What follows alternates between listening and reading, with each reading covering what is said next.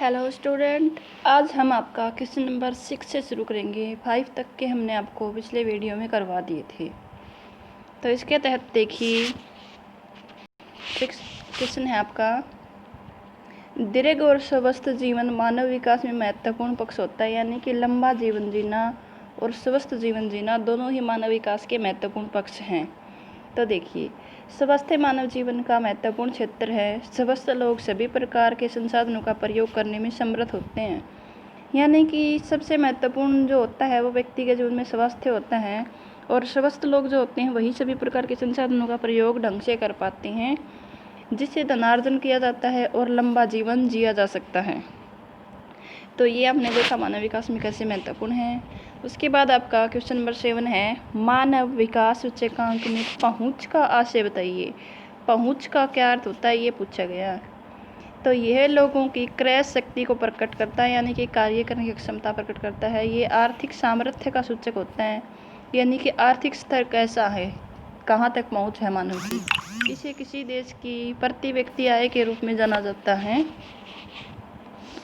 उसके बाद आता है आपका 8वां क्वेश्चन, मानविका सूचकांक से क्या तात्पर्य है। मानविका सूचकांक एक मापक है जिसके द्वारा किसी देश के लोगों के विकास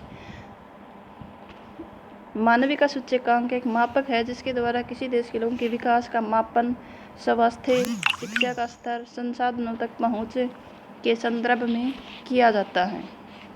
यह सूचकांक 0 से 1 के बीच में होता है, यानी कि 0 से 1 के बीच में मानव सूचकांक का निर्धारण किया जाता है। जो 0 के नज़दीक होते हैं वो निम्न स्तर पे, और जो 1 या 1 के नज़दीक होते हैं वो उच्च स्तर पे होते हैं।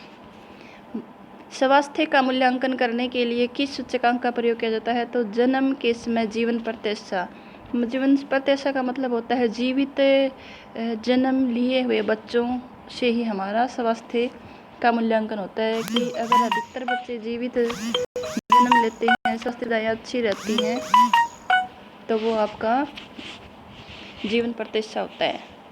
मानविका सूचकांक 2014 के प्रतिवेदन के अनुसार भारत का स्थान किस क्रम पर आता है और इसका सूचकांक माप कितना है। तो 2014 के अनुसार अगर मानविका सूचकांक की बात करें तो वो आपका क्रमांक जो है 135वें स्थान पे आता है, और इसका मापक जो है वो 0.586 है।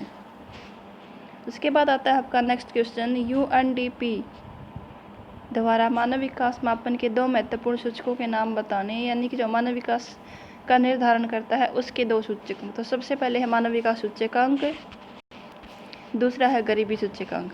मानव विकास सूचकांक ऊंचा होगा और गरीबी सूचकांक निम्न होगा, तो आपका वो मानव विकास को दर्शाता है। उच्च मानव विकास सूचकांक मूल्यांकन वाले देशों का स्कोर कितना होता है और निम्न सामाजिक स्थिति क्या होती है। ऐसे कि नहीं 2 देशों के नाम बताइए। उच्च मानवीय सूचकांक वाले देशों का स्कोर जो होता है वो आपका 0.88 से ऊपर होता है, और इन देशों का सामाजिक खंडों में बहुत अधिक निवेश किया जाता है, यानी कि समाज के ऊपर काफ़ी खर्चा किया जाता है, समाज काफ़ी उन्नत अवस्था में होता है, उनकी सामाजिक स्थिति जो होती है वो काफ़ी अच्छी भी होती है। उसके बाद आपका नेक्स्ट और लास्ट क्वेश्चन है ये 13 का। बस इतने ही करवाएंगे आपको आज, बाकी हम कल करवाएंगे। यूरोप के अधिकतर देश किस मानविका सूचकांक के उच्च स्कोर के अंतर्गत आते हैं और इन देशों के अधिकतर निवेश किस सेक्टर में होता है और क्यों होता है।